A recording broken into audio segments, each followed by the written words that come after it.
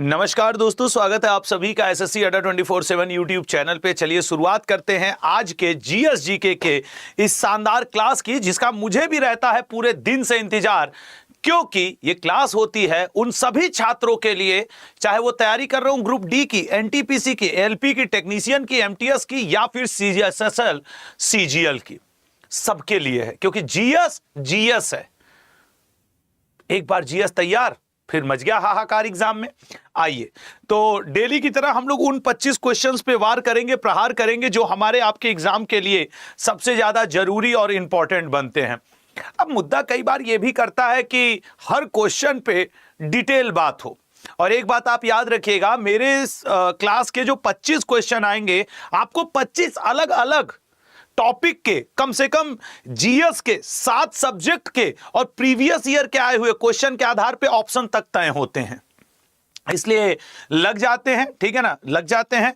और अब मेरी आवाज भी आपको बता रही होगी कि गुरु आप धीरे धीरे टाइफाइड से उबर रहे हैं। हाँ बिल्कुल, मैं धीरे धीरे अब टाइफाइड से उबर रहा हूं और मेरी तबीयत भी धीरे धीरे अब ज्यादा बेहतर होती जा रही है। तो चलो शुरुआत करते हैं, पहले क्वेश्चन की तरफ जाते हैं। बट पहले क्वेश्चन की तरफ जाएं उससे पहले तिरंगे को एक बार सैल्यूट तो करते चलें, उसके बाद आगे बढ़ा जाएगा।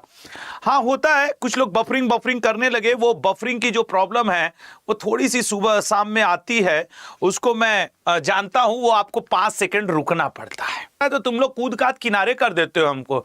ऐसे नहीं चलेगा, ऐसे नहीं चलेगा भाई, ऐसे नहीं चलेगा। थोड़ा सा बफरिंग बर्दाश्त करिए। इंटरनेट हमारे हाथ में नहीं है। अब तो स्टारलिंक वाला कह रहा है कि वहां आसमान से भी बैठे बैठे इंटरनेट चला देंगे। यहां ससुरा क्लास में इंटरनेट नहीं चल रहा है। ठीक है, अब सही हो गई होगी वीडियो ना, सही हो गई हो। चलो अच्छा, एक दो लोग लिख रहे हैं सर आप कमजोर हो गए हो पहले से। हाँ तो थोड़ा बफरिंग हो जाती है बीच बीच में। कहाँ है, कैसे लगा के जाते हो? सही, अभी सही चल रहा है, लेकिन कभी कभी तो यार अगर बीच में 10 सेकंड की बफरिंग हो जाए करे ना, थोड़ा सा वेट कर लिया करो, समझ लिया करो कि इंटरनेट फंस गया है। ठीक है, चले शुरू करें। तो चलिए शुरुआत करते हैं आज के सेशन की और देखते हैं कि आज हम लोग क्या बेहतर। आज तारीख कितनी हो गई भैया? 10 अप्रैल। उम्मीद करते हैं अब सही ही रहेगा। ठीक है ना, तारीख कितनी हो गई? 10 अप्रैल। अच्छा एक बात बता दूं, जिसको भी इस क्लास की पीडीएफ चाहिए होती है वो लोग क्या करेंगे कि वो जो टेलीग्राम की लिंक लगी है उस पर क्लिक करके ज्वाइन कर लीजिए। वो अड्डा का ऑफिशियल टेलीग्राम चैनल है, वहां पे जाकर के आपको पीडीएफ मिल जाएगी। भारत के केंद्रीय मंत्रिमंडल से इस्तीफा देने वाले प्रथम आपके मंत्री जी कौन थे? प्रथम केंद्रीय मंत्री कौन थे केंद्रीय मंत्रिमंडल से? लिख के ले लो, गलती करने वाले हो, गलती करने वाले हो अगर ध्यान से नहीं आंसर करोगे तो। देखो सैफुद्दीन किचलू, इनसे एक क्वेश्चन पूछा था। ये भारत के प्रथम ऐसे व्यक्ति हैं जिन्हें स्टालिन पुरस्कार मिला था। तो कई बार पूछता है कि स्टालिन पुरस्कार प्राप्त करने वाले प्रथम भारतीय कौन थे? तो स्टालिन पुरस्कार प्राप्त करने वाले सैफुद्दीन किचलू जी। जितने लोग ए बोल रहे हो ना, पटक दूंगा मैं। ये प्रथम रेलवे मिनिस्टर थे, ठीक है ना, प्रथम रेलवे मंत्री जो इस्तीफा दिए, जो इस्तीफा दिए, ये इनका है। ठीक है ना, इस्तीफा दिए। लेकिन उसने पूछा है कि मंत्रिमंडल से इस्तीफा देने वाला प्रथम मंत्री, दैट वाज श्यामा प्रसाद मुखर्जी। यह बात 1950-51 की है, जब नेहरू जी और लियाकत जी के बीच में एक समझौता हुआ था। उस नेहरू लियाकत समझौता से काफी नाराज हुए थे श्यामा प्रसाद मुखर्जी जी और इन्होंने मंत्रिमंडल से इस्तीफा दे दिया था। उस समय उद्योग मंत्री ये हुआ करते थे। व्योमेश चंद्र बनर्जी की बात कर लोगे तो ये इंडियन नेशनल कांग्रेस के पहले अध्यक्ष थे। तो ये रेलवे के पेपर में, यूपी पुलिस के पेपर में भी ये क्वेश्चन पूछ चुका है। ये यूपी पुलिस का क्वेश्चन है, याद रखना। यूपी पुलिस के पेपर का प्रीवियस ईयर का क्वेश्चन है कि प्रथम स्टालिन पुरस्कार किसने प्राप्त किया था। ये रेलवे का क्वेश्चन है और ये वाला क्वेश्चन एसएससी कर ले या रेलवे। तो राइट आंसर क्या बना? श्यामा प्रसाद मुखर्जी जी। क्लियर है सभी को? इसका डी ऑप्शन करेक्ट हुआ लल्ला, डी ऑप्शन।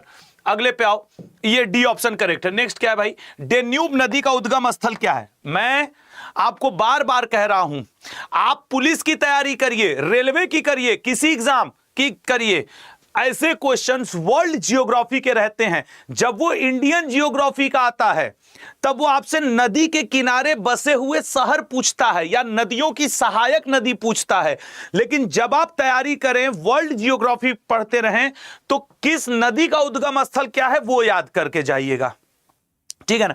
अब जैसे इसी में है लैंगोविल फेरी जो है, ये आपने प्रसिद्ध नदी अमेजन सुना है, ये अमेजन नदी का स्रोत माना जाता है लैंगोविल फेरी, ये बहुत फेमस है, अमेजन नदी का स्रोत है। वाल्डाई वोल्गा का और यांगसी का, तिब्बत का पठार वैसे कई का है, लेकिन मैं वर्ल्ड लेवल पे जब बात कर रहा हूं तो यांगसी नदी का ये स्रोत बन जाता है, यांगसी नदी का। ये वोल्गा नदी का नाम आपने सुना है, वोल्गा नदी का स्रोत बनता है, और ब्लैक फॉरेस्ट पर्वत डेन्यूब नदी का स्रोत बनता है।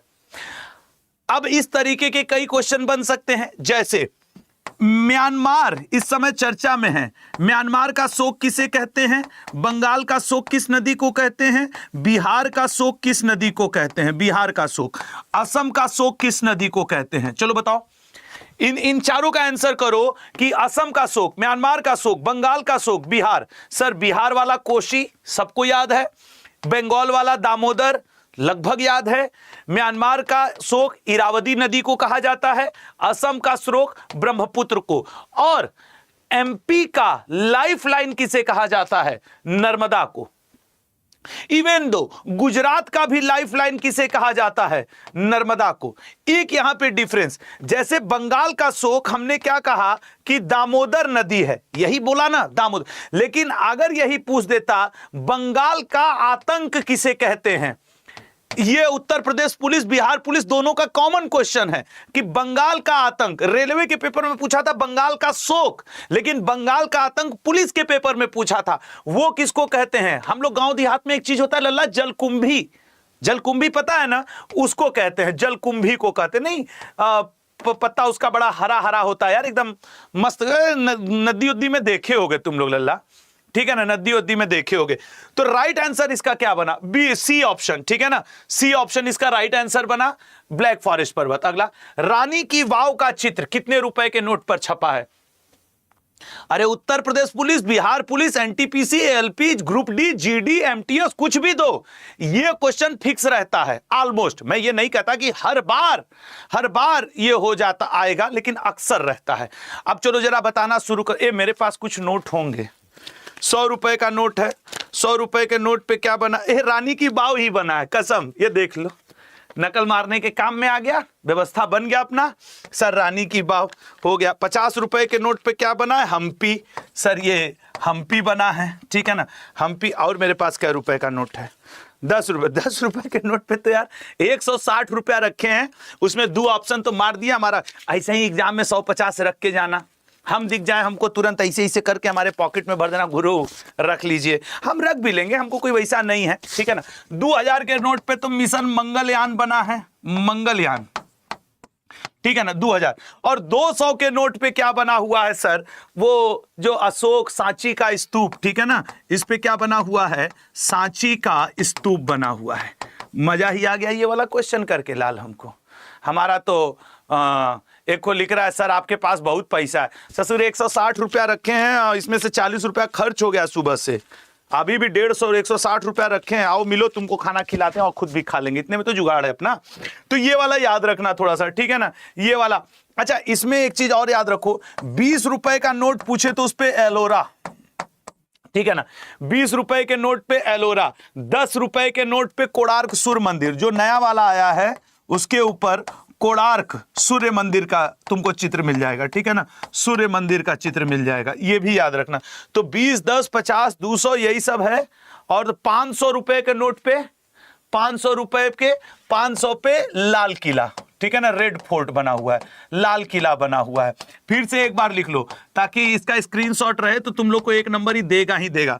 मंगलयान बना है 200 रुपए पे, तो आपके इस पे तो वो रानी का वाव बना हुआ है, यही ना, रानी का वाव बना हुआ है, इसके ऊपर हम्पी बना हुआ है, हम्पी। और 200 रुपए के हाँ ठीक है ना, सही है ना, रानी 100 रुपए के नोट पे रानी का वाव, यही है 100 रुपए के नोट पे, ये वाला आंसर सही है, ठीक है ना। 100 रुपए के 200 रुपए पे क्या बना हुआ है, सांची स्तूप बना हुआ है, ये 200 रुपए के पे सांची स्तूप। ये एक बात तुम लोग को मन की बताऊं, मैं जब लिखता हूं ना मेरे मन में चलता रहता है खूब अच्छी अच्छी राइटिंग करके लिखूं, लेकिन फिर जब लिखने लगता हूं तो लगता है हर तरह की राइटिंग की ऐसी की तैसी, जो होगा देख लेंगे, व्यवस्था इसी में टाइट है। अब सुनो, उत्तर प्रदेश पुलिस दे के आ जाना या बिहार पुलिस, मैं लिख के कह सकता हूं किसी न किसी एक सेट में आपका, चाहे वो रेलवे, ग्रुप डी, एनटीपीसी कुछ भी हो, इसमें से एक क्वेश्चन रहेगा। मैं कंफर्म लिख सकता हूं एक क्वेश्चन। देखो, पेपर ऐसा नहीं सेट होता है कि आपसे वो कहे कि आपका नौकरी ना मिले। गोत्र शब्द का वर्णन पहली बार कहां पाया गया था, जल्दी से बताइए सर। गोत्र शब्द का वर्णन ऋग्वेद में पाया गया था। अच्छा, इसका मतलब ये आर्यों के बारे में बात हुआ। याद रखना, ये रेलवे का फेमस क्वेश्चन है। क्या आर्यों को लोहा के बारे में ज्ञान था? हाँ। क्या लोहा की खोज कब हुई थी सर? 1000 BC में हुई थी।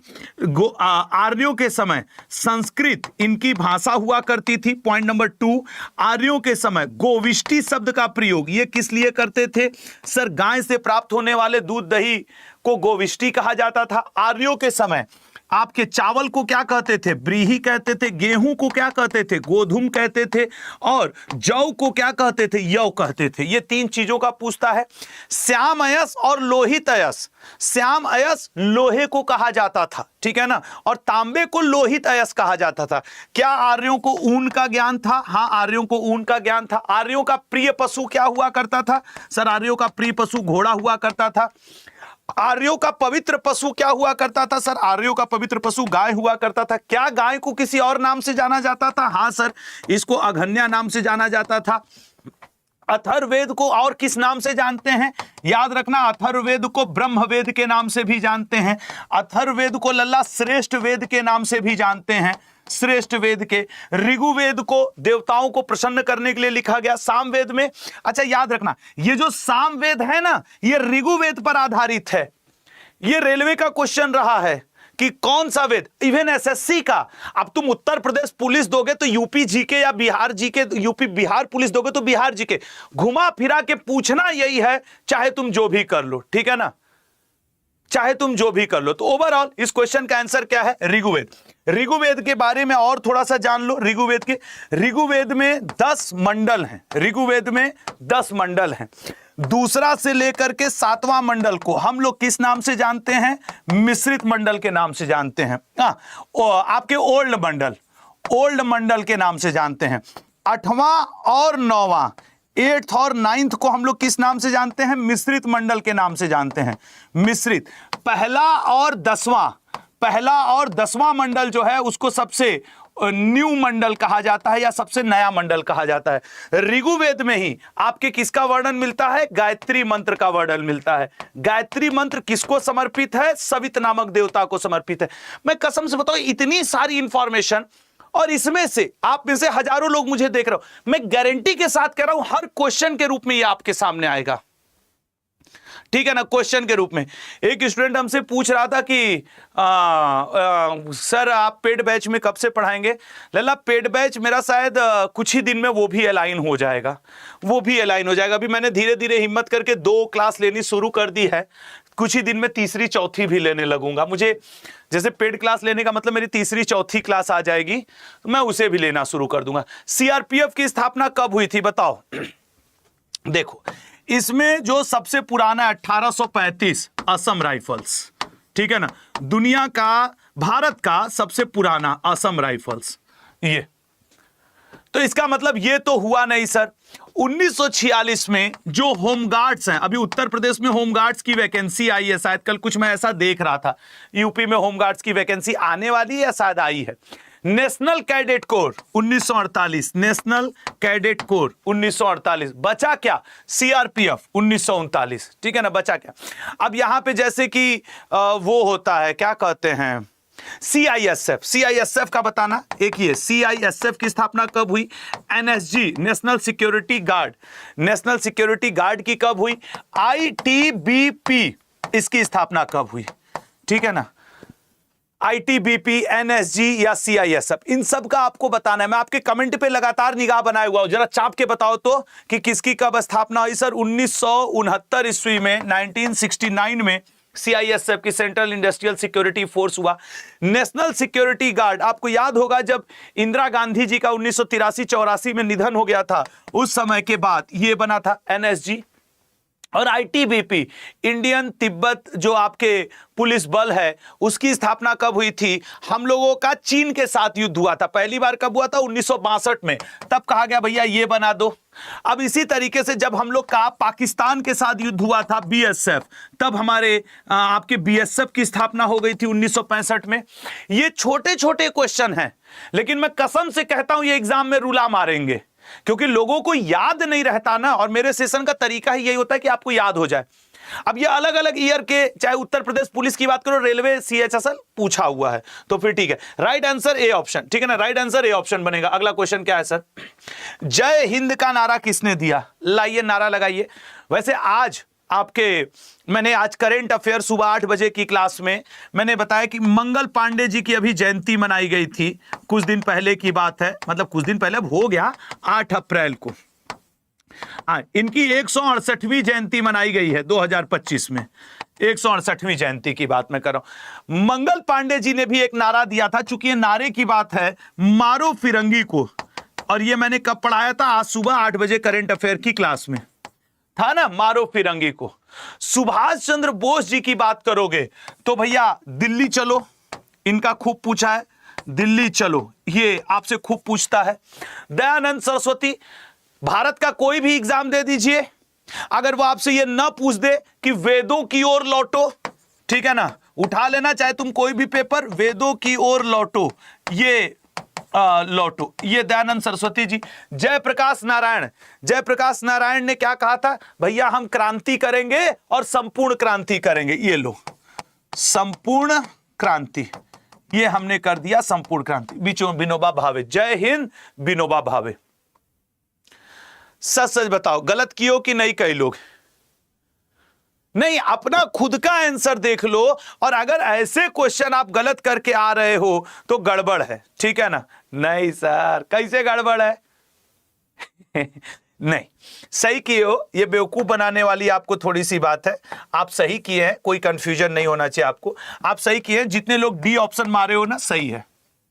अब जितने लोग कंफ्यूज गलत होकर के किए हो, इनका भी नारा ऐसा ही है, जय ही है। विनोबा भावे का नारा जानते हो क्या है? ये है, जय जगत, जय जगत, ये है। तुम मुझे खून दो, मैं तुम्हें आजादी दूंगा। दिल्ली चलो, जय हिंद, सब नेताजी का दिया हुआ नारा है, ठीक है ना?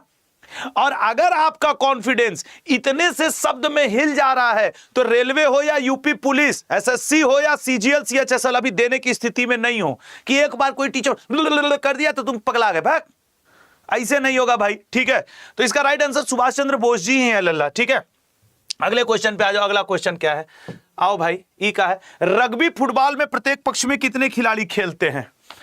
ऐसा तो एक क्वेश्चन रहेगा, या तो खिलाड़ी से संबंधित खेल पूछेगा, खेल से संबंधित कब पूछेगा, या फिर खेलों से संबंधित आपके संख्या पूछेगा। अब चलो इसका आंसर करके मुझे बताओ कि किसमें कितने रहते हैं।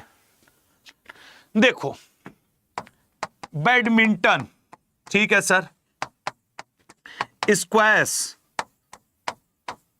लॉन टेनिस, ये तीनों रेलवे में पूछा हुआ है कि कितने खिलाड़ी, तीनों में 1 या 2 खिलाड़ी खेलते हैं। क्रिकेट, ठीक है ना, क्रिकेट, हॉकी, फुटबॉल, इन तीनों में कितने खिलाड़ी खेलते हैं? तो 11 खिलाड़ी खेलते हैं। रग्बी फुटबॉल 15, कबड्डी में कितने खिलाड़ी खिला देंगे आप? सर हम का खिला देंगे, जितने खेलना है खेल ही रहे हैं, ठीक है ना? कबड्डी, वाटर पोलो, इन दोनों में ही आप चाहें तो 7 खिलाड़ी खिला करके आनंद ले सकते हैं। वाटर पोलो, ठीक है ना, कबड्डी, वाटर पोलो, 7 खिलाड़ी। रग्बी फुटबॉल 15, सबसे ज्यादा इसी में है, ठीक है ना, सबसे ज्यादा इसी में। एक लड़के का मैं कमेंट लेना चाहूंगा जरा सा, 1 सेकेंड। अच्छा, वो सालू नाम की एक स्टूडेंट हैं, वो कह रही हैं कि सर आप लल्ला बोलते हो ना, तो एक बार बिट्टी भी बोल दिया करो।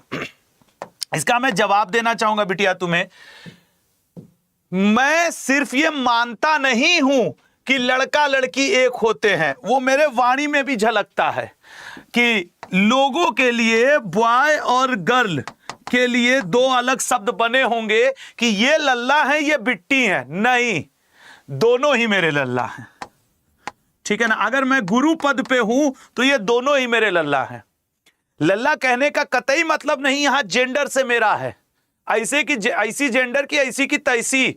अगर मैंने लल्ला कहा तो मेरी महिला छात्र, लड़की छात्र भी है और पुरुष छात्र भी उसमें शामिल है। हमारे लिए बिट्टी बिट्टा नहीं बना है, हमारे लिए लड़का लड़की नहीं बना है, हमारे लिए हमारा छात्र बना है, एंड दैट इज कॉमन। जो पावर इनमें है वही पावर इनमें है। जितना सम्मान मैं अपने क्लास की लड़कियों का करता हूं उसका ही बराबरी का सम्मान मैं अपने क्लास के लड़कों का भी करता हूं। तो मेरे लिए दोनों ही बराबर है। तो आज के बाद कोई भी लड़की या लड़का अपने मन में न रखे कि अगर मैं लल्ला शब्द से संबोधित करता हूं तो यह सिर्फ इनके लिए है। मेरे जायदाद पे, प्रॉपर्टी पे मेरे इस छात्र का जितना हक है उतना ही इस छात्र का भी हक है। ठीक है, तो आज के बाद मुझसे ये क्वेश्चन ना हो कि सर आप बिट्टी भी बोल दो। नहीं बोलूंगा, क्योंकि मैं तुम्हें लड़की नहीं, मैं तुम्हें अपना लल्ला ही मान के चलता हूं, अपना छात्र ही मान के चलता हूं। जय हिंद। आ जाओ आगे, ठीक है ना। हाँ, तो जैन धर्म के 24 तीर्थंकर पे आ जाओ। देखो, जैन धर्म के अगर हम लोग 24 तीर्थंकर की बात कर लें तो मैं आपको यहां पे इनमें जो इंपॉर्टेंट है, पहले, दूसरे, 19वें, 22वें, 23वें और 24वें। पहले आपके वही आदिनाथ या ऋषभदेव हुए, दूसरे जो आपके हुए अजीत नाथ जी हुए, 19वें नंबर पे मल्लीनाथ जी हुए। मल्लीनाथ जी का जो सिंबल था वो इंपॉर्टेंट है, कलश हुआ। आदिनाथ जी का जो सिंबल है दैट इज वृषभ, ठीक है ना, वृषभ है। और 22वें नंबर, 23वें नंबर पे पार्श्वनाथ जी। पार्श्वनाथ जी से संबंधित पर्वत कौन सा है? सम्मेद पर्वत, ठीक है ना, सम्मेद पर्वत। ये भी कई बार पूछता है इसके ऊपर कितने दिन तपस्या किए, 83 दिन का करीब करीब तपस्या किए थे।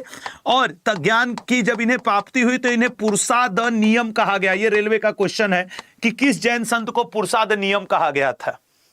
ठीक है, 22वें पे जो थे दैट वाज अरिष्ट नेमी। 22वें पे अरिष्ट नेमी जी, और अरिष्ट नेमी जी भगवान श्री कृष्ण जी के समकालीन माने जाते हैं या फिर रिश्तेदार माने जाते हैं। और याद रखना, पहले नंबर वाले और 23वें नंबर वाले, इन दोनों लोगों का जिक्र ऋग्वेद में भी मिलता है। यह क्वेश्चन भी पूछता है कि वह कौन से जैन तीर्थंकर थे जिनका जिक्र हमें ऋग्वेद में भी मिलता है। और जाहिर सी बात है कि 24वें नंबर पे कौन थे? आपके महावीर, ठीक है ना। 24वें नंबर पे कौन थे?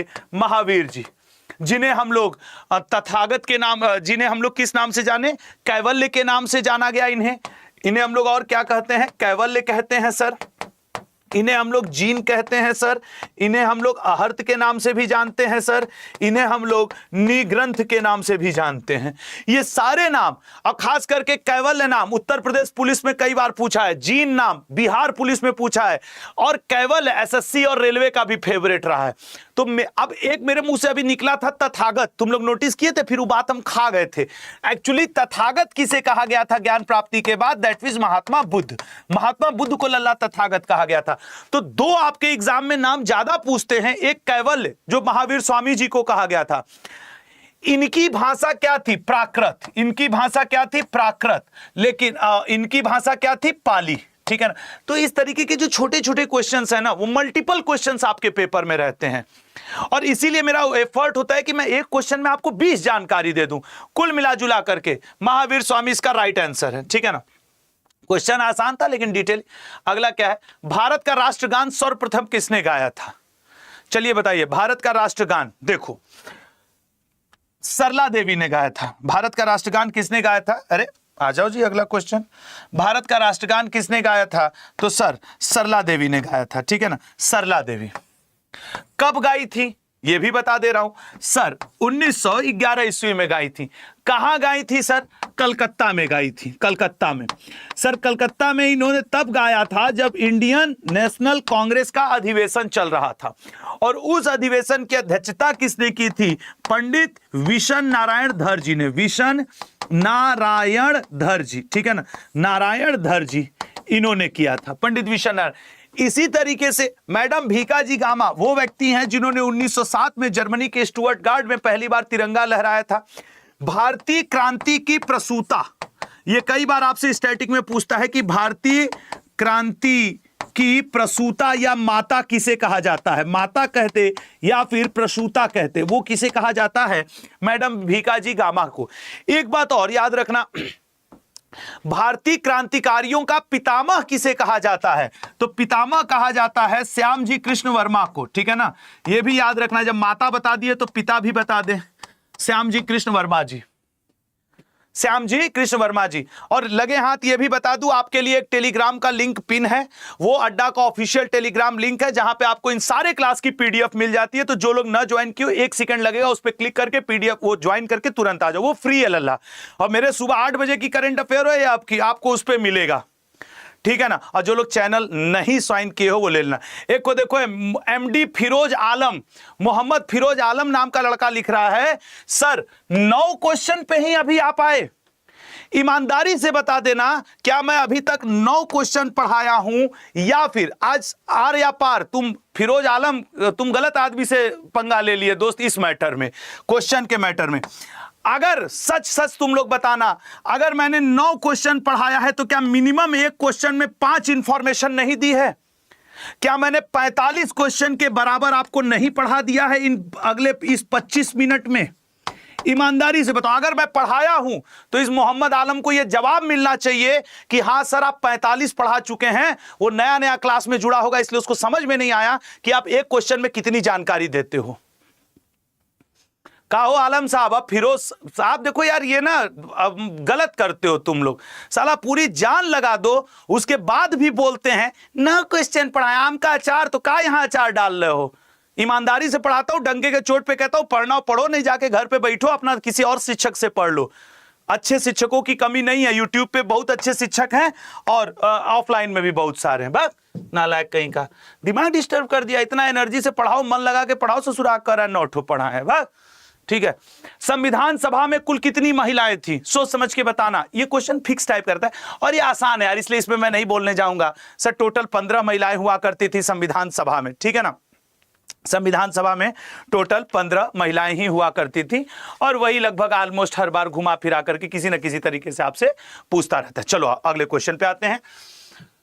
महिलाओं की बात हो गई तो पहली ज्ञात लेखन प्रणाली किस देश से संबंधित है? देखो, जिस समय भारत में सिंधु घाटी सभ्यता चल रहा था, उसी समय ग्रीस की सभ्यता भी चल रही थी, सुमेरियन सभ्यता भी चल रही थी, मिस्र इजिप्ट की सभ्यता भी चल रही थी, लेकिन इनमें जो सबसे पुराना है दैट इज सुमेरिया। सुमेरिया देश की जो सभ्यता थी, वहां पे पहली ज्ञात प्रणाली हम लोगों को मिलती है। अब ये रोमन के एक देवता थे ज्यूस, ये बात याद रखना, ज्यूस की तुलना भारत के इंद्रदेव से की जाती है, एक बात याद रखना। उसके अलावा ग्रीस की एक देवी हुआ करती थी आइरिस, आइरिस, और आइरिस की तुलना भारत के पृथ्वी माता से की गई है। यह सब वैदिक युग की चीजें आपको बता रहा हूं कि रोमन देवता ज्यूस की तुलना इंद्रदेव से की गई है, और जितने भी आपके ग्रहों के नाम हैं वह किस देश के देवताओं के नाम पर रखे गए हैं? रोमन। जितना भी तुम नेपच्यून और हाउ मार्स, तो जुपिटर, 3 तूफान पढ़ते हो ना, वो ये भी क्वेश्चन बनता है, वो सब ग्रहों के नाम रोमन देवताओं के नाम पे रखे गए हैं। ये वाला तुलना भी याद रखना, ठीक है। नेक्स्ट क्वेश्चन पे आते हैं, तो इसका राइट आंसर हो जाएगा सुमेरिया, और इनके लिखने की कला को क्या कहा जाता था? क्यूनीफॉर्म कहा जाता था, क्यूनीफॉर्म। 400 शब्द इसमें हुआ करते थे, 400 अक्षर। विटामिन ए का रासायनिक नाम क्या है? चलिए बताइए। विटामिन ए सर कैल्सीफेरॉल, ये तो डी का होगा। विटामिन डी को हम लोग सनसाइन विटामिन भी कहते हैं, सनसाइन विटामिन भी कहते हैं। विटामिन डी को हम लोग एंटी रिकेट्स विटामिन भी कहते हैं, CKETS। और सर एस्कॉर्बिक एसिड, हाई तो सी हो जाए sir, tocopherol, high vitamin E हो जाएगा सर, तो रेटिनॉल, ठीक है ना, रेटिनॉल, सही है।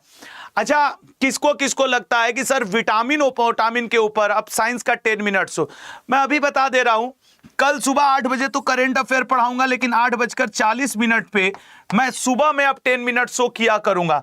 कल मैं विटामिन के ऐसे ऐसे क्वेश्चंस लेकर के आऊंगा जो होंगे तो आसान, लेकिन उनके पूछने का तरीका अब तक का सबसे टफ होगा। मैंने वो ऑब्जर्व किया, कल आप लोग कहे थे ना कि सर 10 मिनट शो जैसा, तो सुबह में 8 बजे एसएससी अड्डा यूट्यूब चैनल पर, एसएससी अड्डा यूट्यूब चैनल पे, और जिसको ये मेरी बात लग रहा है अरे पढ़ाएंगे तो वही ना विटामिन ए बी सी, मैं चैलेंज के साथ कह रहा हूं, कल तुम 8:45 पे लाइव आओ या मत आओ, तुम मेरा विटामिन वाला ये 30 क्वेश्चन करके आंसर कर देना 20 कंफर्म गलत करोगे। और इसलिए नहीं गलत करोगे कि तुम्हें आता नहीं है, इसलिए गलत करोगे क्योंकि उसके पूछने का तरीका इतना अजीब है कि आप चारों ऑप्शन में कंफ्यूज हो जाओगे।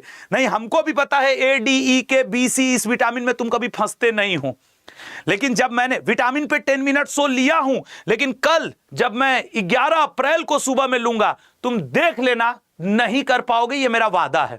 और अगर तुमको ये लग रहा हो कि मैं लाइव लाने के लिए कह रहा हूं, बाद में रिकॉर्डेड जाकर के उसके 5 क्वेश्चन चेक कर लेना। मत आना सुबह 8:45 पे लाइव, लेकिन जाकर उसका एक बार चेक जरूर करना, क्योंकि मैं आज वो क्वेश्चंस बैठ के छांटा हूं, बनाया हूं ना, तो मुझे एहसास है कि रेलवे और यूपी पुलिस हो या किसी एग्जाम के लिए इंपॉर्टेंट है। ठीक है ना। केमिकल नेम पे एक बार 10 मिनट सो ले लेंगे यार, अब डेली एक 10 मिनट सो लेंगे। तो रेटिनॉल। दिल्ली स्थित राष्ट्रीय स्टेडियम को पहले किस नाम से जानते थे, बताओ।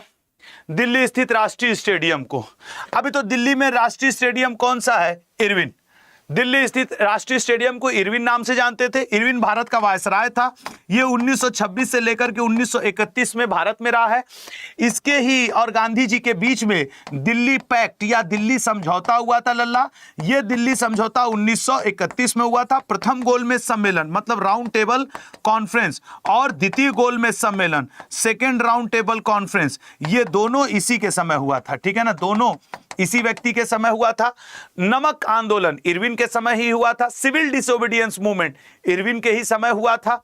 ठीक है ना। तो ये सब गांधी इरविन समझौता 1931 में, जिसे आप दिल्ली पैक्ट के नाम से भी जानते हो, ये बात भी याद रखिएगा। ठीक है ना, दिल्ली पैक्ट के नाम से जानते हो। चलो अच्छा, अगर यही आ जाता कि पूना पैक्ट, तब तो क्वेश्चन का आंसर ही बदल जाता कि सर पूना पैक्ट तो हुआ था 1932 ईस्वी में। ठीक है ना, पूना पैक्ट हुआ था 1932 ईस्वी में। चलिए नेक्स्ट क्वेश्चन पे जाते हैं, देखते हैं नेक्स्ट क्वेश्चन क्या है अगला।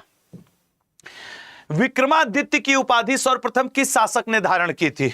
विक्रमादित्य की उपाधि सर्वप्रथम किस शासक ने धारण की थी। देखिए, अशोक को हिंदू ग्रंथों में अशोक वर्धन कहा जाता है। एक तो ये क्वेश्चन आपके पेपर में अक्सर रहता है, अशोक वर्धन। अशोक को एक और नाम से जाना गया, किस नाम से, देवनाम प्रियदर्शी। देवनाम प्रियदर्शी, ये भी अशोक को ही कहा गया, ये भी पेपर में अक्सर पूछता ही रहता है।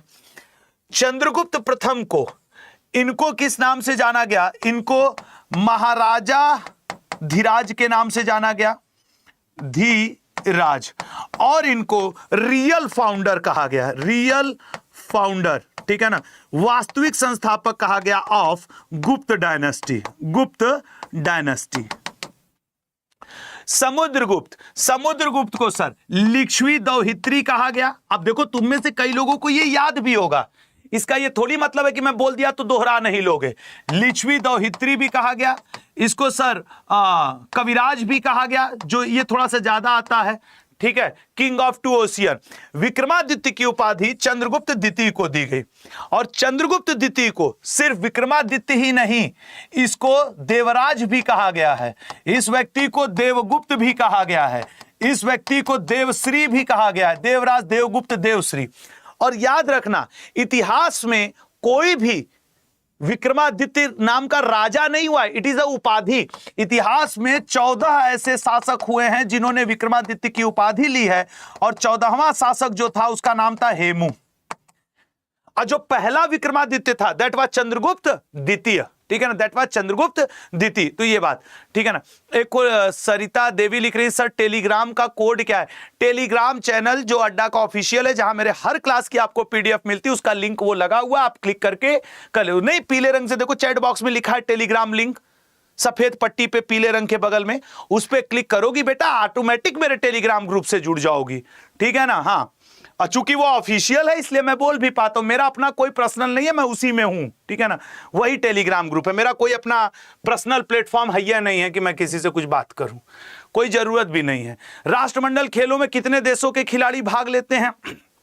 अब देखो, ये क्वेश्चन ऐसा है कि आप इसको 72 देश के, ठीक है ना, इस जिस समय ये क्वेश्चन, ये मैं सच बता दूं, ये उत्तर प्रदेश पुलिस के पेपर का क्वेश्चन है, 72 लोगों ने भाग लिया था, तो इसमें कुछ ऐसा समझाने लायक नहीं। अभी राष्ट्रमंडल, कॉमनवेल्थ गेम्स ने अपना नाम बदलकर राष्ट्रमंडल खेल ही कर लिया है, बल्कि ये चीज करंट अफेयर में चर्चा में है, ये चीज करंट अफेयर में चर्चा में। अगले क्वेश्चन पे आएंगे। अगला क्या है, प्रधानमंत्री शहर किस शहर को कहा जाता है। प्रधानमंत्री का शहर किस शहर को कहा जाता है? सोच समझ के आंसर करो। प्रधानमंत्री शहर किस शहर को कहा जाता है? देखो समझना जरा। वाराणसी मंदिर का शहर, घाटों का शहर, घाटों का शहर है वैसे वाराणसी को ना, घाटों का शहर कहा जाता है। घाटों और मंदिरों का शहर, ये दोनों चीजें हैं, मंदिरों का शहर कहा जाता है। दिल्ली रैलियों का शहर, जब नहीं तब रैली निकल जाता है, रैलियों का शहर कहा जाता है। एक अहमदाबाद का तुम लोग बताओ। मुंबई को सपनों का शहर कहा जाता है, सिटी दैट नेवर स्लीप कहा जाता है, सपनों का शहर कहा जाता है। और प्रयागराज को कहा जाता है प्रधानमंत्री शहर। डी ऑप्शन कौन मारा है? फटक देंगे, सही हो जाओगे। एक लिख रही है नहीं पता। कैसे नहीं पता? ठीक से पढ़ नहीं रही हो तुम। बचपन में तुम्हारे पापा तो इसे या मम्मी पापा इसे बलवा पकड़ के चट्ट चट्ट दूठो गाल पे मारे होते तो तुम आज न लिख पाती कि नहीं पता है, पढ़ी होती तब। समझ रही हो ना? हम तो बहुत लतिया गए। हमारे मम्मी पापा, खास करके पापा, एक बार मारे थे, हम चौकी से नीचे फेंका गए थे, बैठ के पढ़ रहे थे। अब वो आके ऐसे झांक रहे थे, क्या पढ़ रहा है? हमारा मैथ कमजोर, तो हमको लगा पापा हमको मैथ ही लगाते हुए देखना चाहते हैं। तो हुआ क्या, 7वीं 6वीं 7वीं की बात है, उजने किताब में उदाहरण वाले एग्जाम्पल वाले क्वेश्चन होते हैं। अब मैंने एक ही क्वेश्चन को 6-7 बार हर पन्ने पे लगा रहा था, खूब खाली ये दिखाने के लिए कि गणित की किताब खुली और पापा मैं गणित का क्वेश्चन लगा रहा हूं। अच्छा, पापा भी आए थे थोड़ा शाम को बाहर से, तो मुंह हाथ धुलना इधर उधर, एक बार ऐसे झांके गए तो वही क्वेश्चन, थोड़ी देर बाद घूम के आए झांके वही क्वेश्चन, आधे घंटे बाद घूम के आए वही क्वेश्चन। अब मैं बड़े ताव में बैठा था कि आज मैं गणित लगा रहा हूं, एक्चुअली बेवकूफ बना रहा था। पापा भाई कसम से चौकी ऊपर बैठे, अपना पैरवा उठा के मारे, एक लात धड़ से मारे, हम फेंका गए धड़ से जाके। हमको अंदाजा ना, हम तो सोचा शाबाशी मिलेगा। अब पूरा लात जब पीठ पे पड़ा ना, गए चौकी के नीचे, चिल्लाए उल्लाए, मम्मिया गए क्या हुआ क्या हुआ क्या हुआ?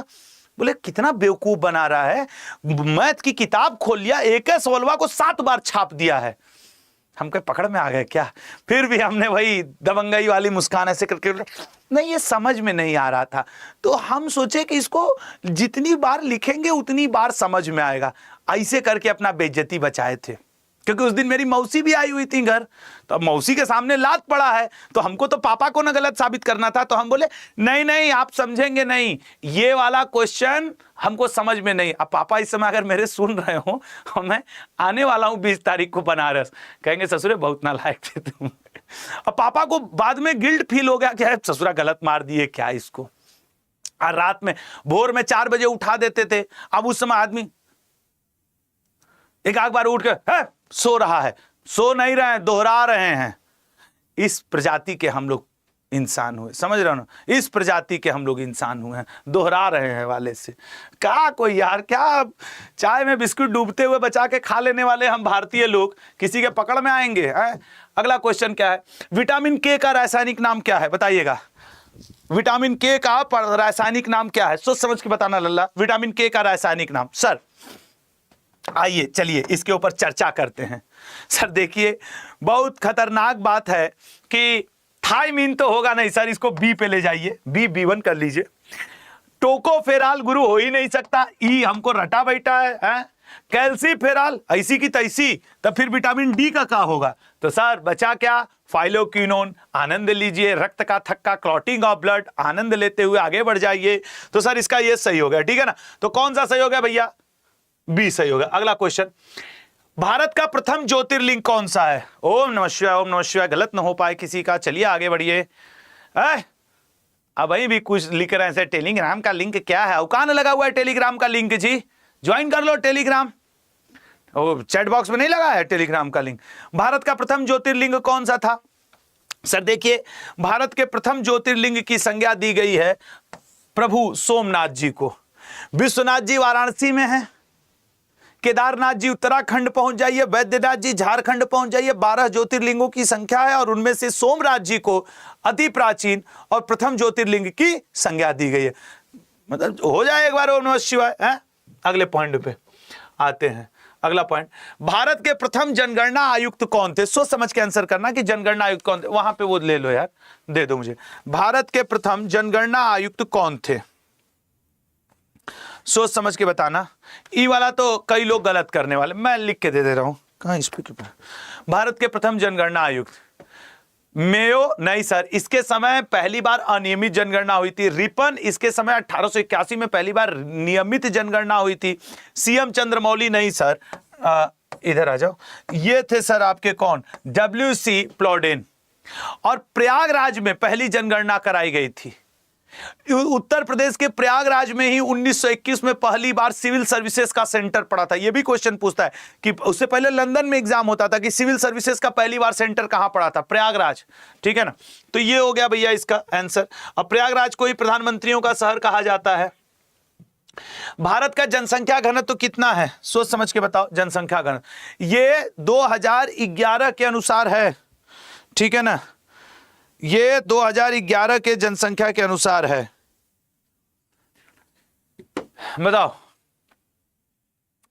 जनसंख्या घनत्व। सर जाहिर सी बात है कि 382 से ज्यादा आप लेके क्या ही चलेंगे, ठीक है ना, 382। लेकिन देखो अब ये है ना, कई लोग इसमें क्या करते हैं कि लेटेस्ट वाले पे, अभी जब तक नई जनगणना न हो जाए आपसे यही पूछेगा, ठीक है ना। अब इस पे मैं ज्यादा वक्तव्य नहीं देना है। निम्न में से कौन सा मंदिर भगवान विष्णु को समर्पित नहीं है? बिरला मंदिर, स्वामी नारायण मंदिर, बद्रीनाथ मंदिर या फिर विरूपाक्ष मंदिर? कौन सा मंदिर नहीं समझ? जैसे बिरला मंदिर है, सबको पता है, जयपुर में है, और जयपुर में है, ये मोती डूंगरी पहाड़ी पे, ठीक है ना, डूंगरी पहाड़ी पर है। बद्रीनाथ, भगवान बद्रीनाथ विष्णु जी को ही कहा जाता है। स्वामी नारायण मंदिर, नारायण नारायण विष्णु जी ही हैं। विरूपाक्ष मंदिर एक ऐसा मंदिर है लल्ला, देखा है, बिरला मंदिर सब कह रहे हैं, नहीं, विरूपाक्ष मंदिर विष्णु जी को समर्पित नहीं है, ठीक है ना, विरूपाक्ष मंदिर, ठीक है ना, याद रखना। ये चमोली जिला के अलकनंदा में बद्रीनाथ पड़ता है। चमोली डिस्ट्रिक्ट है ना उत्तराखंड, अलकनंदा के पास बद्रीनाथ पड़ता है आपके। तो ये जो विरूपाक्ष मंदिर है वो विष्णु जी को समर्पित नहीं है। विष्णु जी वैष्णव धर्म गुप्त वंश वालों ने अपनाया था, और गुप्त वंश वालों का जो राजकीय चिन्ह हुआ करता था वो क्या हुआ करता था? गरुड़ पक्षी। इनकी जो राजकीय भाषा थी वो संस्कृत हुआ करती थी, और गुप्त वंश के समय को ही भारतीय इतिहास काल का स्वर्ण युग, golden time period of Indian history कहा जाता है, time period of Guptan dynasty को, ठीक है ना। तो इसका राइट आंसर क्या हो गया भाई? विरूपाक्ष मंदिर। अगला, निम्नलिखित में से कौन सा वसा में घुलनशील है? सर बी और सी पानी में घुलनशील है।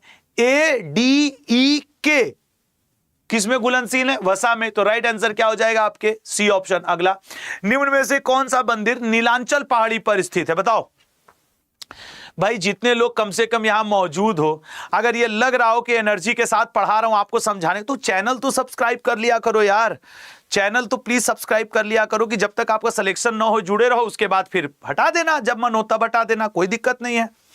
नीलांचल पहाड़ी पर कौन स्थित है?